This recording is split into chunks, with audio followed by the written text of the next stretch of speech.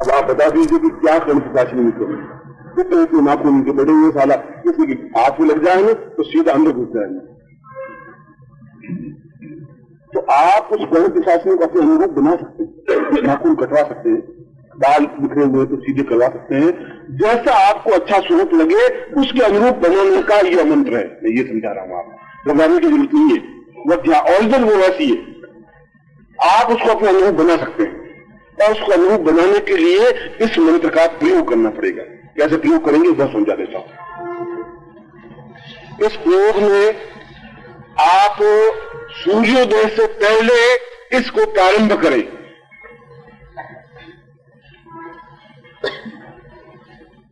स्नान करके अपने पीली धोती जो भी है वह पहन करके पूर्व की ओर मुंह करके, ये पूर्व दिशा है जहां बैठे हैं, ये पूर्व दिशा की ओर आपका मुंह है। सामने 3 चीजें जरूरी है। एक चीज तो जल पात्र, दूसरा प्रज्वलित अगरबत्ती, अगरबत्ती लगनी चाहिए, ये जरूरी है, धूम युक्त हो, और तीसरा प्रसाद, कोई मखाने और जो भी चीज हो वह भोग के लिए हो, और साबर यंत्र जो मैंने आपको दिया है, क्योंकि ये साबर यंत्र प्रत्येक प्रकार की साधना के लिए उपयुक्त है, चाहे वो कर्ण पिशाचिनी हो, चाहे और कोई साधना हो, ये यंत्र श्रेष्ठ काम आ सकता है।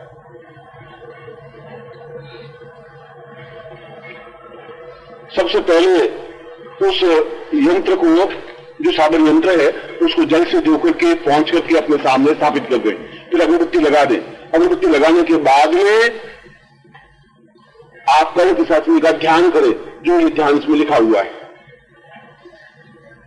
फिर आप मन ही मन कर्ण पिशाचिनी को पत्नी रूप में स्मरण करें कि तुम मेरी पत्नी बन करके मेरे अनुचरी बन सको, जो मेरा कहना मान सको, मेरी आज्ञा में रह सको। और उसके बाद में निष्कंप बिना हिले डुले 11 माला मंत्र जाप करे।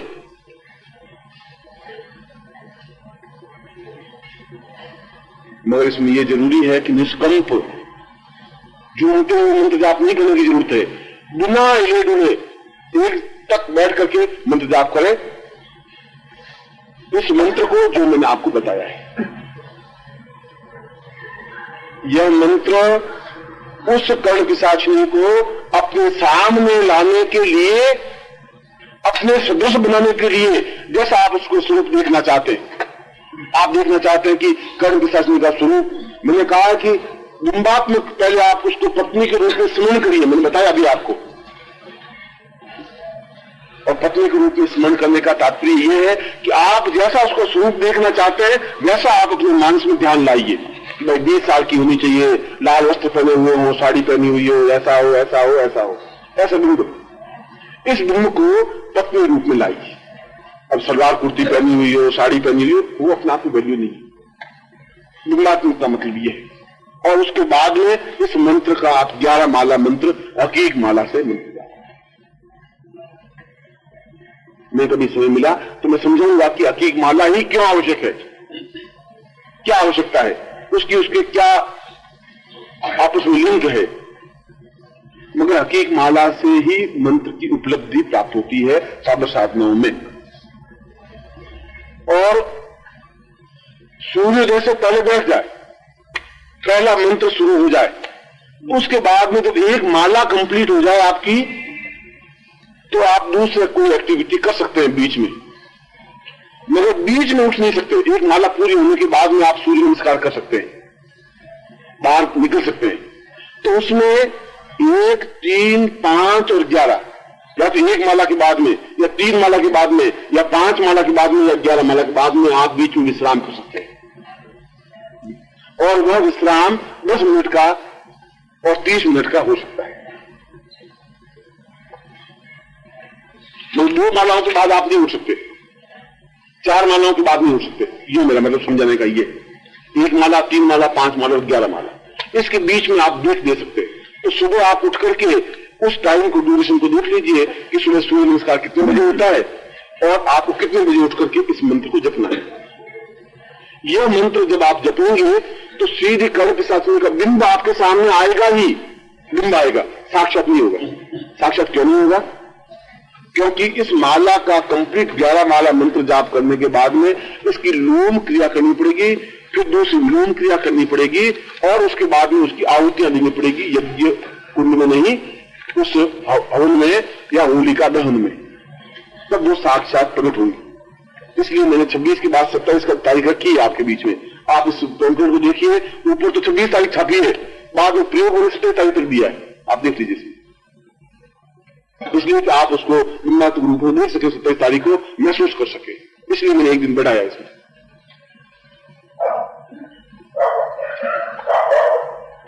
ऐसा निष्कंप का मतलब है आप हिलेंगे नहीं, डूलेंगे नहीं, अगरबत्ती बराबर जलती रहे, और अगरबत्ती बुझ जाती है आप जला दीजिए उसको माला कंप्लीट होने पर, और तब तक आप किसी से किसी प्रकार का उच्चारण नहीं करेंगे, बात नहीं करेंगे, जब तक मंत्र जाप आपका पूरा नहीं हो जाए। चाहे आप सूर्य नमस्कार करेंगे तो क्रिया कर सकते हैं, बाहर जाना है तो बाहर जा सकते हैं, पानी पीना है तो पानी पी सकते हैं, आवाज नहीं कर सकते, बोल नहीं सकते, वार्तालाप नहीं कर सकते, जब तक 11 माला कंप्लीट नहीं हो जाए। कल आपको दिन के 11 बजे तक 11 माला कंप्लीट कर लेनी है, जो मैंने मंत्र आपको लिखाया है, और जिस प्रकार से कहा है उस प्रकार से आपको कंप्लीट कर लेनी है। कर लेंगे तो मैं आपको इसका लोम विलोम दोनों क्रियाएं समझा दूंगा कल 11 बजे, क्योंकि मैं वो साधना करवाना चाहता हूं जो आपको इसमें ही उपलब्धि प्राप्त हो, शरीर में उपलब्धि प्राप्त हो, आप उसको एहसास कर सके, आप उसको सीख सके, आप उसको कंफर्म कर सके। नहीं तो मैं तो आपको ये मंत्र नहीं देता, कर ही रहा हूं कि ये मंत्र जपते रहते आप, उसमें कौन से फर्क पड़ता मेरे? आप तो मुझे पूछ नहीं सकते थे क्या, मैंने वो क्रिया बताई है जो इजी है और जो सीधी इफेक्टेड है, जो तुरंत इफेक्टेड है। कल 11 बजे के बाद में और शाम को 5 बजे के बीच में कर्ण के साथ में मंत्र समझाऊंगा, सिखाऊंगा 11 बजे, जिससे कि आप उस मंत्र को दिन भर में सिद्ध कर सके।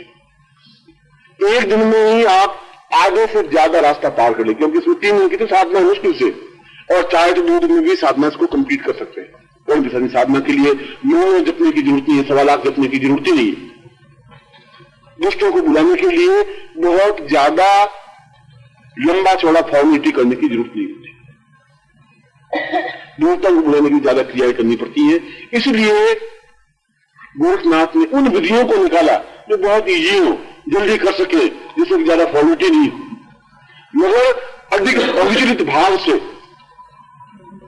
जिसमें किसी प्रकार का और चिंतन आपका नहीं हो, सही रूप में आप मंत्र जाप कर सके। उस प्रकार के इस मंत्र को उस हकीक माला में आपके 108 दाने हो, ये 100 दाने कहलाते हैं। 108 का कोई ठेका नहीं है, 108 दाने ही हो, 100 से देर काउंटिंग है वो।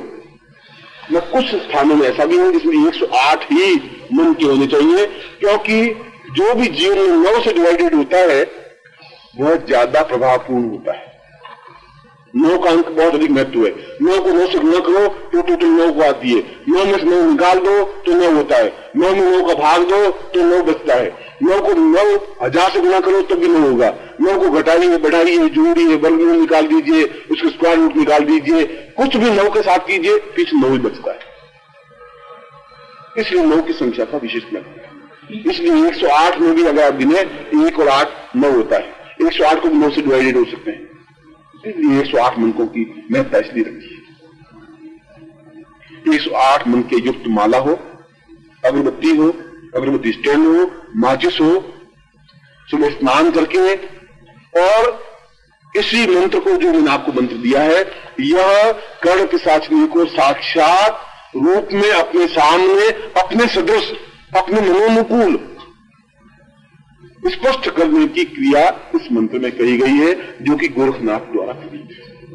आप इसको करिए कल, आप स्वयं इस बात का एहसास करने लगेंगे, आप अनुभव करने लगेंगे। आपको अनुभव होगा ही कि बिंबात्मक रूप से, हो सकता है साक्षात नहीं हो, क्योंकि साक्षात तब होगी जब इसका लोम क्रिया हो पाएगी। यदि मैं आपको 6 रोटी खाने वाले आप और मैं अभी 10 रोटी परोस दूंगा तो आप खा नहीं पाओगे, अजीब हो जाएगा। इसलिए फिलहाल इतना ही भोजन आपके लिए सफिशिएंट है। कल मैं इसकी लोम क्रिया समझाऊंगा, जिससे कि आप मंत्र कंप्लीट कर सके।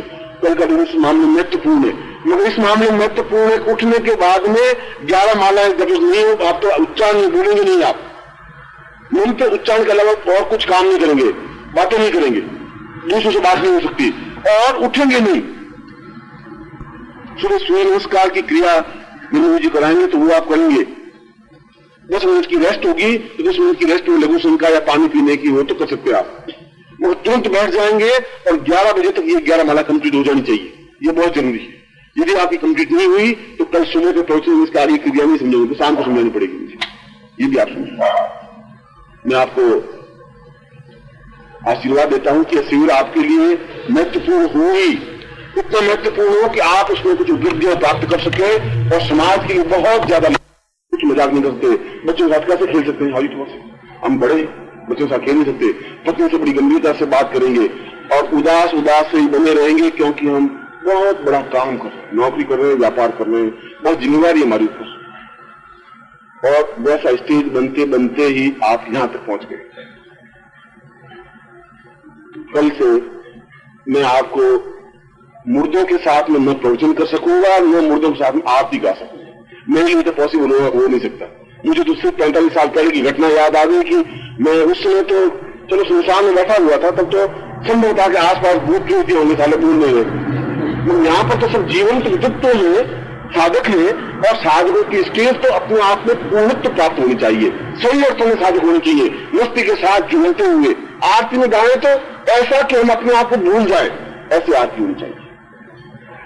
और यदि गंभीरता प्रकट करनी हो तो गंभीरता प्रकट करेंगे, जब साधना करनी हो तो साधना करेंगे, पालकी मार के बैठ जाएंगे 6 घंटे, हिलेंगे नहीं।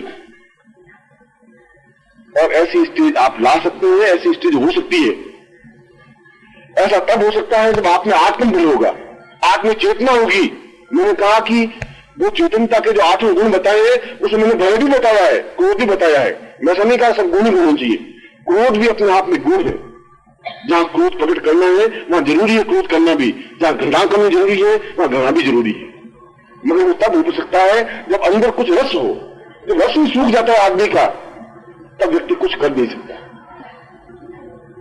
और ये साधनाएं, क्योंकि मैंने प्रारंभ में उस श्लोक में जहां भगवान शिव की आराधना की, मां शिव को पूजा कि वो सही अर्थों में साधन युक्त है, तो साथ में मैंने गोरखनाथ को भी स्मरण किया उस श्लोक कि गोरक्ष ने भी उस एक तेजस्वी पुंज में भी, जो आपसे भी ज्यादा विपरीत परिस्थितियों में पैदा हुआ। जिस प्रकार से गोरखनाथ के बारे में आपने पढ़ा नहीं होगा, सुना नहीं होगा, समझा नहीं होगा। गोरखनाथ एक नाजायज, अगर आधुनिक सभ्यता में और आधुनिक भाषा में कहें तो कुंवारी के पैदा हुआ लड़का। जिस प्रकार ईसा मसीह मरियम से पैदा हुए, जब मरियम की शादी नहीं हुई, कुंवारी मरियम थी, तब उसकी संतान पैदा हुई, वह संतान ईसा मसीह बनी। और गोरखनाथ भी उस कुमारी ने उस संतान को उत्पन्न होने पर कूड़े के ढेर पर फेंक करके चली गई, लोक लाज के भय से। और उस समय गाय ने रात्रि को 24 घंटे, 18 घंटे, 12 घंटे उसको चारों तरफ घूमती रही, कुत्ते को पास नहीं होने दिया। उनका बिल्कुल छोटे बच्चे को तो कुत्ते मार के खा जाते हैं। उस गाय ने उसकी रक्षा की, इसलिए उसका नाम गोरक्षनाथ पड़ा। और गोरक्षनाथ का बिगड़ा रूप, अभ्रंश रूप गोरखनाथ। आपसे विपरीत परिस्थितियों में पैदा हुआ, जिसको मां का पता नहीं, जिसके बाप का पता नहीं, उन परिस्थितियों में पैदा हुआ जहां समाज ने 2-2 क्षण के लिए उसको जो बाणों से छेद दिया कि तेरे बाप कौन है, तेरी मां कौन है, तू नाजायज औलाद है, ये है ये। और ऐसा व्यक्ति भी उस स्टेज पर पहुंच गया जबकि हमने उनको भगवान शिव का ही स्वरूप मान लिया। और ये सब तब हो पाता है जब इस जीवन में बहुत ताकत और क्षमता होती है, हौसला होता है, बुलंदी होती है। मूर्ति व्यक्ति ऐसा जीव नहीं कर सकता। जब आपके जीवन में बुलंदी होगी, हौसला होगा, तो मैं समाज कुछ कर पाएगा, मैं दूसरे कुछ कर पाएंगे। क्षमता तो आप में होनी चाहिए, परिस्थितियां तो आएंगी ही, विपरीत परिस्थितियां तो होंगी ही, बाधाएं तो आनी चाहिए, अड़चन आनी चाहिए, कठिनाई आनी चाहिए। जो त्याग नहीं कर सकता, जो रिस्क नहीं झेल सकता, जो चुनौतियां नहीं झेल सकता, वो मर्द हो ही नहीं सकता। मर्द तो वही होता है जो आती हुई विपत्ति को भी हाथ पकड़ के झेल दे, जो मौत से भी आंखें मिला करके बात करने की हिम्मत रखता हो। समस्या तो आएंगी, ऐसा क्या सोच रहे हैं आपकी जिंदगी में प्रॉब्लम्स आएंगी नहीं, आएंगी, जरूर आएंगी, आनी चाहिए। और इसलिए आती है, पहले स्वयंवर में जब पुरुष बैठे रहते थे तो स्त्रियां आकर के उनके गले में जयमाला डालती थी, स्वयंवर कहते थे। स्वयं खुद खुद जो वर का चुनाव करती है वह स्वयं वर होता है। वो खुद वर का चुनाव करती थी और एक एक पुरुष 10-10, 15-15 राजकुमारियों से शादी कर लेते थे, इसलिए कि वो मर्द थे। और ये सारी विपत्तियां और परेशानियां केवल उसी से शादी कर सकते हैं जो मर्द होते हैं। कायरों के पास वो भी नहीं आती, बुजुर्गों के पास कोई चुनौतियां नहीं आती, समस्या नहीं आती, कठिनाइयां नहीं आती। यदि आप सही अर्थों में मर्द हैं तो निश्चित रूप से ऐसी चुनौतियां आएंगी। जो कुछ भी मैं इस 7 दिनों में प्रवचन के अंतर्गत जो बात बताऊंगा, उन प्रवचनों के बात को केवल सुनना ही नहीं है, कागजों पर अंकित भी करना है, क्योंकि आपकी याददाश्त इतनी स्ट्रांग नहीं हो सकती कि आप 5 दिन बाद याद रख पाएंगे। इसलिए अपने पास कॉपी रखिए, अपने पास पेन रखिए। जो भी पॉइंट आपको ऐसा लगे कि ये मुझे नोट करने काबिल है, उसको नोट जरूर करिए, क्योंकि वो आगे के जीवन में आपके लिए उपयोगी होगा। जो कल उपयोग हो सकता है, परसों उपयोग हो सकता है, परसों कल रोज उपयोगी हो सकता है। परसों मैंने कर्म पिशाच साधना के बारे में समझाते हुए बताया था कि साधनाएं 2 तरीके से की जाती है, साधनाएं 2 तरीके से होती है। साधनाओं का तात्पर्य सबसे पहली बात तो यह कि मनुष्य अपने जीवन में उन परिस्थितियों को अपने अनुकूल बनाने की क्रिया ज्ञात कर सके जिसकी वजह से वो परेशान है। और हमारे जीवन में परेशानियां खास तौर से 3 प्रकार की परेशानियां होती हैं। पहली परेशानियां शारीरिक, शरीर संबंधी बीमारी, कष्ट, मोटापा, दुबलापन, जो कुछ भी। अब उसके अंतर्गत कई प्रकार की बीमारियां आ जाएगी। कैंसर हो सकता है, टीबी हो सकती है, दुबलापन आ सकता है, डायरिया हो सकता है, ये सब कुछ हो सकता है। शारीरिक। दूसरा आर्थिक संबंधी परेशानियां। बहुत ज्यादा पैसा है तो बहुत प्रॉब्लम्स है, पैसा बिल्कुल नहीं है तो प्रॉब्लम्स है, कोई पैसा फंस गया है तो निकल नहीं पा रहा है, व्यापार चल रहा है तो डिम हो गया है, किसी ने व्यापार बांध दिया है तो शत्रु मार पैदा हो गए। ये दूसरे प्रकार की समस्या है। और तीसरे प्रकार की समस्या शत्रुओं से संबंधित समस्या है, जो हमें मार नहीं दे, हमें तकलीफ नहीं पहुंचा दे, हमारे व्यापार को बांध नहीं दे, हमारी किसी प्रकार की समस्याएं पैदा नहीं कर दे, हमारे ऊपर मुकदमा नहीं चल जाए। ऐसे सैकड़ों प्रकार की समस्याएं। ये तीनों ही प्रकार की समस्याओं से व्यक्ति आक्रांत रहता है, दुखी रहता है। मगर इससे भी ज्यादा महत्वपूर्ण यह कि कौन सी समस्या जीवन में आने वाली है, क्या समस्या आ सकती है। व्यक्ति और आज का युग और आज का साइंस, चाहे वो फिजिक्स हो, केमिस्ट्री और बायोलॉजी हो, और चाहे अणु से संबंधित हो, चाहे कोई भी साइंस हो, वो साइंस केवल पास्ट को तो कंप्लीट कर सकती है, भूतकाल को समझा सकती है, प्रेजेंट को भी समझा सकती है। वो हो सकता है कि ये हाइड्रोजन और ऑक्सीजन मिला दीजिए, पानी बन जाएगा, H2O, H के आगे दो भाग हाइड्रोजन मिला दीजिए, H means hydrogen, O means oxygen, 2 भाग हाइड्रोजन 1 भाग ऑक्सीजन मिला दीजिए, पानी बन जाएगा। ये तो कर सकती है। पिछले जीवन के अनुभव है, उस जीवन के अनुभवों को भी वो स्पष्ट कर सकती है कि हैजा जैसे बनाया जाता है। कल क्या घटना घटित होगी, या कोई फिजिक्स, कोई केमिस्ट्री, कोई बायोलॉजी, कोई साइंस, किसी प्रकार का इक्विपमेंट्स, कोई यंत्र नहीं बता सकता। और जो ये नहीं बता सकता वह जीवन को सुखमय भी नहीं बना सकता। क्योंकि जब तक हम और प्रत्येक व्यक्ति आक्रांत और दुखी है कि आने वाली समस्याएं क्या हो सकती है, आने वाला क्षण क्या होगा, उस क्षण को पहचानने वाले व्यक्ति को हमने ब्रह्मर्षि कहा है, महर्षि कहा है, ऋषि कहा है, त्रिकालदर्शी कहा है, उनको देवता कहा है।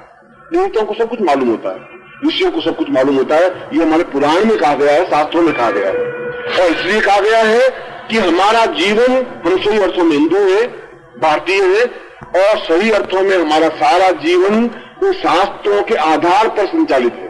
जो शास्त्र कहते हैं उसके आधार पर हमारा जीवन संचालित रहता है। अपनी मर्जी से आप समाज और अपने जीवन को नहीं चला सकते। समाज का चलाएंगे तो समाज आपको रोक देगा। बहुत सब कुछ आप घर में, अगर आप जैन हैं या ब्राह्मण हैं तो आप शराब पी सकते हैं चुप करके, बाहर आप ओपन नहीं पिएंगे। ओपन इसलिए नहीं पिएंगे कि लोग क्या कहें। और लोग का मतलब है कि शास्त्र में ये मर्यादा है कि ब्राह्मण शराब नहीं पिए, इसलिए हम नहीं पीते। और इसलिए नहीं पी रहे हैं आप क्योंकि मर्यादा के अनुसार, शास्त्रों के जीवन के अनुसार आप चलने के लिए बाध्य हैं। अब आप चाहे एडवांस बन जाए, और एडवांस बनेंगे तो बम्बई में जाके होटल में जाके बनेंगे, अपने समाज में नहीं बनेंगे। शादी ब्याह होगा उसमें सबके सामने आप शराब नहीं पी सकते, पीते नहीं, यहाँ पीते हैं तो रात को 11 बजे जाके पीते हैं। हमारा जीवन सारा शास्त्र मर्यादा के अनुकूल ही गतिशील हो सकता है और है। और हमारे शास्त्रों ने ऐसा कहा है कि जीवन में सुख एक ही तथ्य से प्राप्त हो सकता है कि हम आने वाली घटनाओं को देख सकें। तो जीवन हमारा बैलेंस बन सकता है, तो हम जीवन का प्लान कर सकते हैं। भारतवर्ष में 5 पंचवर्षीय योजना बनती है, प्लान किया जाता है कि अगले 5 वर्षों में ऐसा होगा। हम अपने व्यापार को प्रारंभ करते हैं, प्लानिंग करते हैं इस ढंग से हम व्यापार कर पाएंगे, मगर ऐसा हो नहीं पाता है। व्यापार में प्लानिंग करते हैं कि 5 साल में हम 25 लाख का टर्न आउट कर देंगे और टर्न आउट 25 लाख की जगह 2 लाख का घाटा हो जाता है। वो बहुत बुद्धिमान है, वह बहुत चतुर है, वह बहुत व्यापारी है, वो फिर भी घाटा खा लेता है। ये घाटा खा जाना, ये नुकसान हो जाना, ये घर में बच्चे की डेथ हो जाना, ये घर में पत्नी की लड़ाई झगड़े हो जाना, जिससे हम बहुत सोच समझ की शादी करें वो घर में कलह हो जाती है। लड़की की शादी बहुत धूमधाम से अच्छी तरह से करते हैं, पूरा दहेज देते हैं और जाकर के उस 6 महीने बाद उस बहू को माचिस लगा के घासे डाल के जला देते हैं। ये सब कुछ होता है और हम भुगतने के लिए बाध्य हैं। इसलिए बाध्य है कि 1 सेकंड बाद क्या घटना घटेगी उस बात को हम पहचान नहीं सकते, समझ नहीं सकते। कोई साइंस के माध्यम से ऐसा संभव है ही नहीं। वो चंद्रमा तक पहुंच सकते हैं, अनुबंध बना सकते हैं, हिंदुस्तान को समाप्त कर सकते हैं, कल क्या घटना घटेगी इस बात को नहीं बता सकते। और इस बात को बताने का जो आधार है वह आधार है या तो ज्योतिष और दूसरा है साधना। इन दोनों ही माध्यम से हम भविष्य के गर्भ में जान सकते हैं। और ये सबसे बड़ी गुण, ये सबसे बड़ा क्वालिटी है व्यक्ति की, सबसे बड़ी पूर्णता यह है कि वो भविष्य के गर्भ में जान सके, भविष्य को देख सके, क्या हो सकता है कल, और कल ये हो सकता है तो उसको हम किस प्रकार से प्लान कर सकते हैं। क्योंकि जब पहले बात आपने अगर आर्मी में किसी की डेथ हो जाती है तो घर में जो उसको समाचार भिजवाया जाता है तो एक दिन से समाचार नहीं भेजते। पहले कहते हैं कि आपका लड़का आर्मी में है मगर लापता है, मिल जाएगा। उनको मालूम है डेड बॉडी मिल गई है, उनको जला भी दिया है, मगर घर में कभी टेलीग्राम ऐसा नहीं करते हैं। वो टेलीग्राम कहते हैं कि यह सन फलाना फलाना लापता है, तो घर वाले रोते हैं, झिझकते हैं, फिर भी विश्वास होता है कि शायद आ जाएगा, शायद आ जाएगा, शायद आ जाएगा। न तो कभी जिंदगी में आता है, न मिस मैं एक दिन से मौत का कहा नहीं जाता, इसलिए कि वो बर्दाश्त कर नहीं सकता। और अगर पहले से मालूम हो जाता है तो धीरे धीरे उसको मानस को जमाया जाता है, धीरे धीरे वो जेल भी लेता है। कुछ दिन बाद जब उसके घर में लाश पहुंचती है लड़के की, तब सब्र भी कर लेता है, एडजस्ट भी कर लेता है जीवन को, उसके साथ समाप्त नहीं होता। मगर उसको बहुत धीरे धीरे उसको एक झटके के बाद दूसरा झटका दिया जाता है। अचानक विपत्ति आने पर आदमी विसंतुलित हो जाता है, टूट जाता है, आत्महत्याएं कर लेता है, मर जाता है। ये जितनी आत्महत्याएं होती हैं, ये जितना जहर खा के मरते हैं, जितना फांसी खा के मरते हैं, ये सब उस एक मोमेंट को, उस एक क्षण को पकड़ नहीं पाते। और पकड़ नहीं पाते वो मोमेंट, उसके क्षण इतना हावी हो जाता है कि वह डिस्टर्ब हो जाता है। और वह मेंटली डिस्टर्ब होना या मेंटली विचलित होना मृत्यु का कारण बनता है। इसलिए जब एक बार प्रारंभ में हमें कल की या 2 महीने बाद की या 6 महीने बाद की घटनाओं का पता पड़ जाता है तो हम अपने जीवन को उसके लिए तैयार भी कर लेते हैं। ये मालूम हो सकता है कि एक्सीडेंट हो जाएगा तो अपने आप को एक्सीडेंट के लिए तैयार भी कर सकते हैं और एक्सीडेंट से बचाव भी कर सकते हैं। और एक्सीडेंट का मूल शब्द, एक्सीडेंट मीन्स एक्सीडेंट, सिर फट जाना भी एक्सीडेंट कहलाता है, और अंग्रेजी में पांव में मूंछ आ जाने को भी एक्सीडेंट ही कहते हैं, और छोटा सा फोड़ा हो जाने को भी एक्सीडेंट कहते हैं, और फोड़े को काटते हैं पिन से, उसको भी ऑपरेशन कहते हैं। ऑपरेशन सुनने का मतलब चीर फाड़ करना, ये तो शब्द है। मैं आपको बहुत आज से 10-12 साल 15 साल पहले की बात है कि पहले मैं क्या करता था कि अपने पूरे साल 1 जनवरी को अपने पूरे साल भर का भविष्य पर तैयार करता था, जो ज्योतिष में काम करता था। और मैं इस एक्सपेरिमेंट के लिए कि ये ज्योतिष कितनी एक्यूरेसी दे सकती है, मेरे पिछले रिकॉर्ड पड़े हैं सब अभी तक। तो 1 जनवरी को ये घटना घटेगी, 5 जनवरी ये घटेगी, 8 जनवरी को ये, जो घटनाएं बनती, रूटीन लाइफ की तो कोई घटना होती नहीं। सुबह उठे, खाना खाया और पत्नी से बातें की, नौकरी भी चले गए, वहां अफसर की झिड़कियां सुन ली, वापिस आके सो गए। अब ये तो कोई घटना हुई नहीं, ये तो रूटीन लाइफ होगी। घटना मीन्स कोई को प्लस या माइनस घटना हो जाना। और उन दिनों में 73-74 की कोई बात है, तो मुझे मालूम पड़ा कि 24 अक्टूबर को एक्सीडेंट होगा। 24 अक्टूबर को एक्सीडेंट होगा, तो देख लेंगे। ये बात जनवरी की बात कह रहा हूं। अब घटना की उदाहरण दे रहा हूं मैं आपको। जब 23 तारीख हो गई, तब साइकोलॉजिकल कोई विचलित नहीं था, साइकोलॉजिकल कोई गड़बड़ हो। उसमें यूनिवर्सिटी में काम करता था, हेड द डिपार्टमेंट था यूनिवर्सिटी में।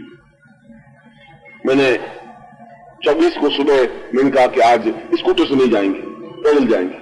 एक्सीडेंट होगा, स्कूटर से एक्सीडेंट हो सकता है, एक्सीडेंट करेंगे नहीं, पटरी के ऊपर चलेंगे, फिर कहां से गड़बड़ होगी। मैं देखता हूं कि ग्रहों का इफेक्ट कितना जीवन पे आ सकता है। मैं उस बात को उदाहरण दे रहा हूं, साधना को उदाहरण बाद में आपको दूंगा। तो पैदल यूनिवर्सिटी गया और पटरी के ऊपर चलता चलता गया। यूनिवर्सिटी जाने के बाद मैंने पहली क्लास बीए फाइनल की क्लास थी, फर्स्ट बीए फाइनल की क्लास ली। जब मैं वापस रीडिंग रूम में आया तो मुझे टेलीफोन घर से मिला वाइफ का कि मेरे फादर बहुत सीरियस है, आप तो दिखा जाइए। तो मेरा ससुराल यहाँ से 30-35-40 किलोमीटर दूर है, वो ज्यादा नहीं है। तो फादर मेरा बीमार होंगे तो वो कहने के लिए आया होगा। अब जिसके फादर बीमार ज्यादा हो, असक्त हो, एकदम से कोई समाचार लेके आए गाँवों से, तो कोई चिट्ठी लेके आ जाए तो बहुत ज्यादा बीमार है, तो वो चिट्ठी तब भी देते हैं जब बहुत सीरियसनेस होती है। उस बीच टेलीफोन कर दिया। तो मैंने कहा तुम ठहरो, मैं आ रहा हूं। मैं वहां से पैदल झीलता हुआ पैदल वापस पटरी से घर आया। घर आने का बाद उनका कि मैंने कहा मैं तो अब चलूंगा नहीं, मैं आपको बस में बिठा लेता हूं। उसमें मेरे पास कार बात थी नहीं, तो मैंने कहा तुम्हें बस में बिठा लेता हूं, तुम बस में चली जाओ। उसने कहा कि आप वही चलो। मैंने कहा मैं क्या, पिता तुम्हारे, मेरे पिता है नहीं, मैं तो सोच रहा जब मर जाएंगे तब मैं आ जाऊंगा उधर, होता उसमें कुछ आगे तुम जाओ। तो उन्होंने मैंने कहा इसको बस में बिठाएंगे तो क्या करें, तो मैंने उनको स्कूटर दिया। मैंने कहा तुम बस जल्दी चली जाती है, 11 बजे बस चली जाती है, 11:30 बजे उसमें जाती थी। मैंने उसको स्कूटर बिठाया और 20 की स्पीड से 15 की स्पीड से, स्कूटर तो कोई चलता नहीं था, आखिर 20-30 स्पीड से चलता ही होगा। मैं धीरे धीरे उसको लिया, बस स्टेशन पे ले गया, बस में बिठा दिया। मैंने कहा तुम जाओ, उनको बिठा दिया उसमें। फिर मैंने कहा कि आज एक्सीडेंट का खतरा है, तुमको धीरे धीरे चलना चाहिए। और उसको बहुत धीरे धीरे लाते हुए, और मार्ग में ये जो आपको टैक्सी होती है, 3 व्हीलर होते हैं, वो आप उनको देखा नहीं है उनकी अदाकारी, चलते लोगों से राउंड काट लेते सीधा, उनको मुड़ जाते हैं। उनको लेफ्ट राइट का कुछ है ही नहीं। और जोधपुर में तो जो जोधपुर में कार चला ले उस इंसान कहीं भी चला सकता है।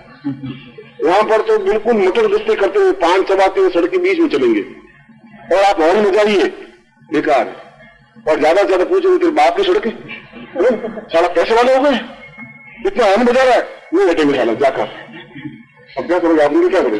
आजाद भारतीय 36 साल हो गए आजाद हुए, उनको कल भी क्या सकते हैं आप, साला हटेंगे नहीं, बिल्कुल सड़क के बीच में चलेंगे। उस कार को आप साइड से लेकर जा सकते हो तो जा सकते हो। क्योंकि कार होता है कि जोधपुर की जो सड़कों पर कोई चला देना, संसार में सब जगह चला सकता है। तो हमने स्कूटर को धीरे लाया, तो वो 3 व्हीलर एकदम से टर्न आकर के सीधा उसका आगे का पहिया मेरे उस पर सीधा टकराया, तो उसको तो थोड़ा टेढ़ा हुआ, पाँव में मेरे मोच आ गई, इतना ही हुआ। और अब कल्पना करिए कि 15 की स्पीड की जगह 60 की स्पीड होती, तब क्या होता? मैं उछल जाता और निश्चित रूप से सिर फट जाते।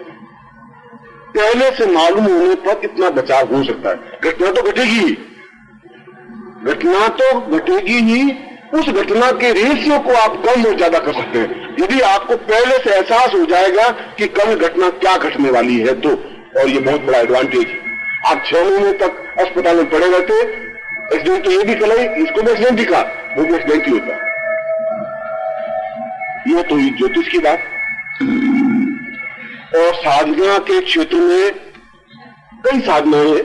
पंचांगुली साधना भी है जो भविष्य को स्पष्ट कर सकती है, और कर्ण पिशाचनी साधना भी है जिसके माध्यम से भी आप भविष्य को बखूबी देख सकते हैं, समझ सकते हैं, भूतकाल को भी भविष्य काल को भी। इसीलिए साधना में कर्ण पिशाचनी साधना को संसार की श्रेष्ठतम साधना कहा गया है। महत्वपूर्ण साधना है, यह सरल साधना है, बहुत ज्यादा इजी साधना है। मैं आपको एक ज्योतिषी है रामचंद्र वर्मा, इंदौर साइड के हैं, मध्य प्रदेश के। ये यहां पर पहले यहां रहते थे, और उनको उसमें मुझे भी ज्यादा जोश था उन साधकों को एकदम से तैयार करने के लिए। तो उनको कर्ण पिशाचनी साधना, मैंने तांत्रिक सिद्धियों में उसका वर्णन भी दिया है कुछ, तो उनको कर्ण पिशाचनी साधना सिद्ध करवाई। साधना सिद्ध कराने के बाद में आपने आजकल या पिछले 10-15 सालों से एक नया प्रचलन पैदा हुआ है कि दूध से जाते हैं, होटल में ठहर जाते हैं, तो एक्सपेरिमेंट करते हैं कि भूत भविष्य वर्तमान आपकी सारी लकीरें देखने वाले मान हिमालय से आए हुए योगी आनंद होटल में ठहरे हुए हैं, रूम नंबर 3 में। आप आइए, अपना भविष्य बढ़वाइए और 5 रुपए फीस। अब लोग चले जाते हैं, सारा 5 मिनट में मजाक ही सही, 5 में मिलेगा नहीं मिलेगा, तो उनको वो भी बिल्कुल क्लियर होकर नहीं जाते, तो ठीक है मिल जाएगा नहीं मिल जाएगा, लिख लेते क्या होता है, वो 5 रुपए देते हैं, वो 2-4 पंक्तियों पर देता है। वो यहाँ उसने कर्म के साथ निषिद्ध की, तो बेचारा बड़ा सेवक भाव से, बड़ा नम्र भाव से, शिष्य भाव से उसने यहाँ रहा भी, सीखा भी, और साल पहले की बात कर रहा। उसके बाद जो ही कर्म सिद्ध हुई, तो कर्म सिद्ध होते ही उसकी कानों में आवाज आ जाती है, जब पूछे कि अच्छा इसका नाम क्या है, नहीं बोले इसका नाम क्या है, तो कानून कह दे कि इसका नाम भूथारी यादव है।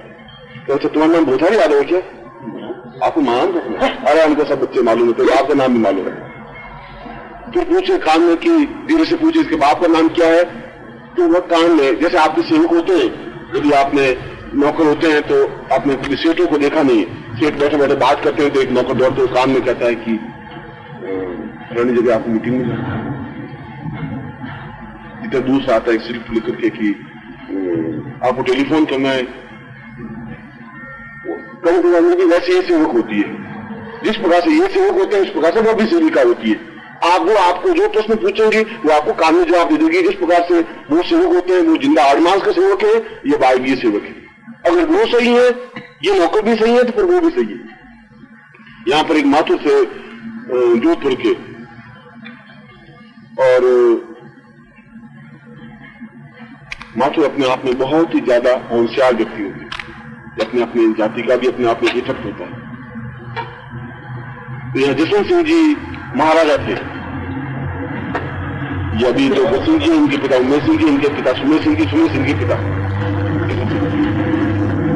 तो उन्होंने उनकी यहाँ बहुत शिकायत आई, उन्होंने कहा कि फलाना कायस्थ तो बहुत घर भर रहा है, बहुत पैसे बना रहा है, सारे खजाने को लूट रहा है, लोगों को बहुत बेवकूफ बना रहा है, आप इसको हटा दीजिए नौकरी से। वो पहले कामदार था, सलाह देने वाला, तो ये राजा लोग कान के कच्चे होते ही उनका इसको हटा दीजिए, ये ठीक नहीं है। उन्होंने कहा कि अच्छा कहीं जी आपको हटा दिया नौकरी से। उनका महाराज खमा घनी अंदाता, आप लोग नमक खाओ शरीर में, तो आप लोग नमक है, लून तो आप लोग शरीर में, यूं हटाओ तुम्हारी इज्जत जावेला। उसने कहा अच्छी बात है, तुम्हारी इज्जत जावेला तो तुम्हारी इज्जत तो रहनी चाहिए, तुम्हारा नमक खाओ है तो तू कहीं जावे। उनका महाराज कुछ नहीं, कोई भीड़ है, केड़ो मामले में तो मैं आप तक आ सकूं और आपने को अरदास कर सकूं, हाँ ये तो कर सके, तो नौकरी में अपनी ले ला, नौकरी जरूरत नहीं, ठीक कायस्थ तो खाए, तो चित्रगुप्त के वंशज होते हैं, तो पूरे समझे भाई। तो वो तो उसने सोचा कि अब नौकरी से हटा दी, तनख्वाह हटा दी, तनख्वाह उनका कुछ नहीं। अब आए निर्मोही जी, उसने कहा कि महाराजा साहब से मेरे काम करो, मैं करवा दो, रुपये लगेंगे 2000, बोल देना अभी करवाता हूँ। उनका साहब मेरे सामने, वहां तो सामने महाराज को क्या क्या होगा, बस तब तो भरोसा आएगा। उसे 2000 रुपये जेब में ला दी और महाराज कान में जाकर तो आप जिल लो, हाँ बता दो, अब मेरा काम खत्म हो, तू जान। अब मालूम बेचारे को मालूम नहीं कि भाई ये तो महान चीज है, बहुत ऊंची चीज है। वो तो ऐसा कर करके पहले तनख्वाह मिलती 3000 और तनख्वाह मिलेगी 30,000 रुपये महीने। तो वो तो कान में जो ध्वनि दे सके, ऐसी साधना को कर्ण पिशाचिनी साधना कही जाती है। वो समझा रहा था आपको। मगर ये साधना क्यों आवश्यक है? इसलिए आवश्यक है कि हम किसी के भी जीवन को ध्यान करके देख सकते हैं, किसी भी जीवन के पास्ट को देख सकते हैं। और यह साधना हकीकत में कहा जाए तो केवल 3 दिन की साधना है। न तो 1.25 लाख मंत्र जाप करने की साधना है, न बहुत पीली धोतियां पहन करके साधना है, न गाते मंत्र आंख नाक बंद करके साधना है। क्योंकि साधना तो इतनी आसान साधनाएं होती है कि भोजन करते हुए, रात को सोते हुए, पलंग पर लेटे हुए भी साधनाएं होती हैं, उनको साधना कही गई।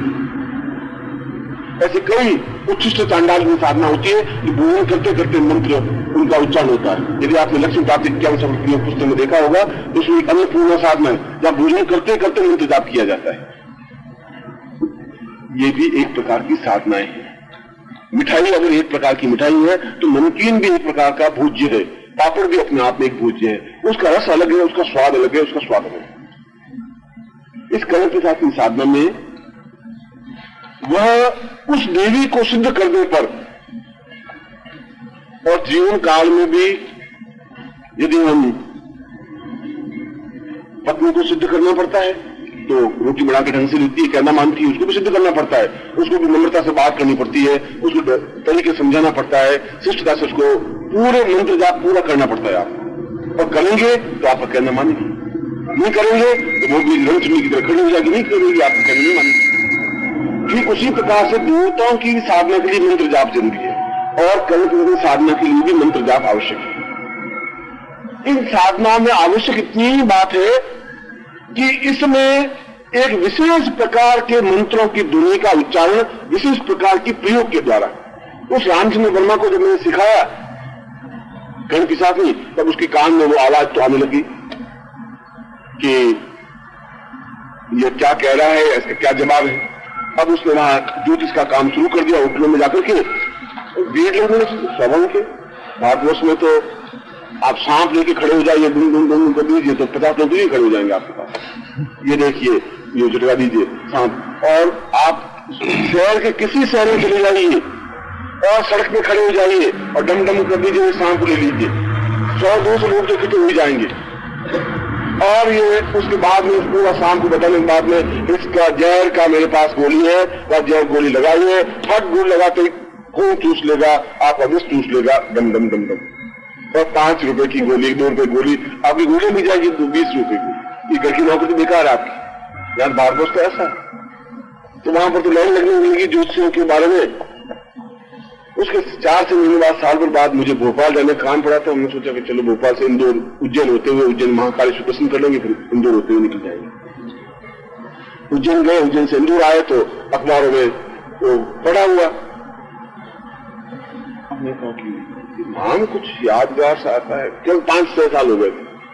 मुझे ऐसा कुछ नाम याद है, कुछ रामचंद्र वर्मा ज्योतिषी कौन है, ऐसा ज्योतिषी कौन है मेरे परिचित ही नहीं हो, ऐसा तो कोई बात उसमें राय नहीं था। हम तो भी गए था देखने के लिए, खाली टाइम था, गाड़ी तो शाम को जाती थी, तो देखा तो भीड़ लगी हुई, उस रामचंद्र वर्मा को होश ही नहीं कि सामने कोई आया है, मिलने के लिए आया है। मैं तो देखा, आप लौंग आइए, आप लौंग आइए, चलो साहब लाइन में खड़े हो गए। लौंग वाले कहा भाई हमें बीच में आने दो, हमें बहुत जरूरी है, मतलब बीमा आ रहा है, बीच में आने दो। उस बेचारे ने आना भी, हमें बीच में, हम बीच में खड़े हो गए। फिर चौथा 5 नंबर हमारा आया, हम भी जाके खड़े हुए।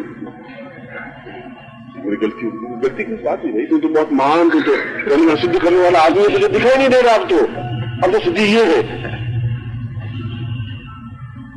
कर्ण पिशाचिनी सिद्धि के माध्यम से आर्थिक अनुकूलताएं भी प्राप्त की जा सकती है। कर्ण पिशाचिनी सिद्धि के माध्यम से अपने जीवन की सारी कमियों को मालूम कर सकते हैं कि हमारे जीवन में क्या कमी है। इसके माध्यम से हम अपने घर में बहू लाते हैं तो उसके जीवन के बारे में जान सकते हैं, अपने बेटे की थिंकिंग के बारे में जान सकते हैं, व्यापार की प्रॉब्लम्स के बारे में जान सकते हैं, आने वाले समय की संकटों के बारे में जान सकते हैं, डिफिकल्टीज के बारे में जान सकते हैं, कल क्या हमारे साथ जो हम लेन देन कर रहे हैं। क्योंकि जिंदगी में 1000 बार आपको निर्णय लेने पड़ते हैं। एट प्रेजेंट आप इंटरव्यू दिया, 2 जगह इंटरव्यू दिया और दोनों जगह से आपको अपॉइंटमेंट कॉल आ गई, आप सोचें इधर भाग लें, इधर भाग लें, ये करें कि नहीं करें। ऐसा निर्णय लेने में कई बार ऐसा होता है, ट्रांसफर हो जाती है, उनका अच्छा आप या तो प्रमोशन लीजिए या ट्रांसफर लीजिए। प्रमोशन ले कि नहीं ले, यहाँ पर तो ऊपर ब्लैक होने बहुत मिल रही है और नया स्थान, वहां जाने पर क्या होगा नहीं होगा, ये नहीं लेना। शादी करने के लिए 3-4 जगह ऑफर्स आते हैं लड़की के, अब इस जगह शादी करें कि नहीं करें। ऐसी सैकड़ों समस्याएं जीवन में आती है और सारी समस्याओं के, आपके जीवन की समस्याओं के समाधान के लिए और परिवार की समस्याओं के समाधान के लिए, आस पड़ोस की समस्याओं के समाधान के लिए भी जो सबसे आसान साधना है वह कर्ण पिशाचिनी साधना है। बल्कि मैं आपको बैकग्राउंड समझा रहा हूं। अब कर्ण पिशाचिनी साधना में, इस साधना को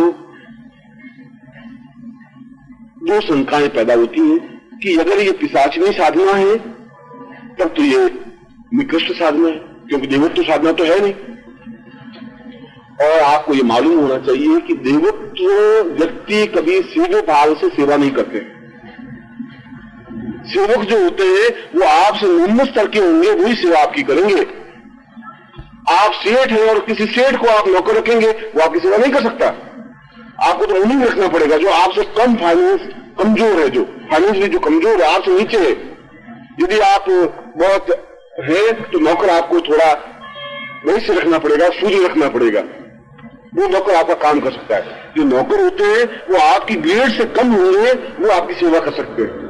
इसलिए देवत्व सिद्धि प्राप्त आपके सेवा नहीं कर सकते। सेवा भाव से जो आप कार्य करवाएंगे उसके लिए तो आपको भूत, प्रेत, पिशाच, गंधर्व, यक्ष और किन्नर इन जातियों के माध्यम से ही काम करवा सकते हैं। और ये 6 योनियां भी ठीक वैसी ही योनियां हैं जैसे मनुष्य की योनियां।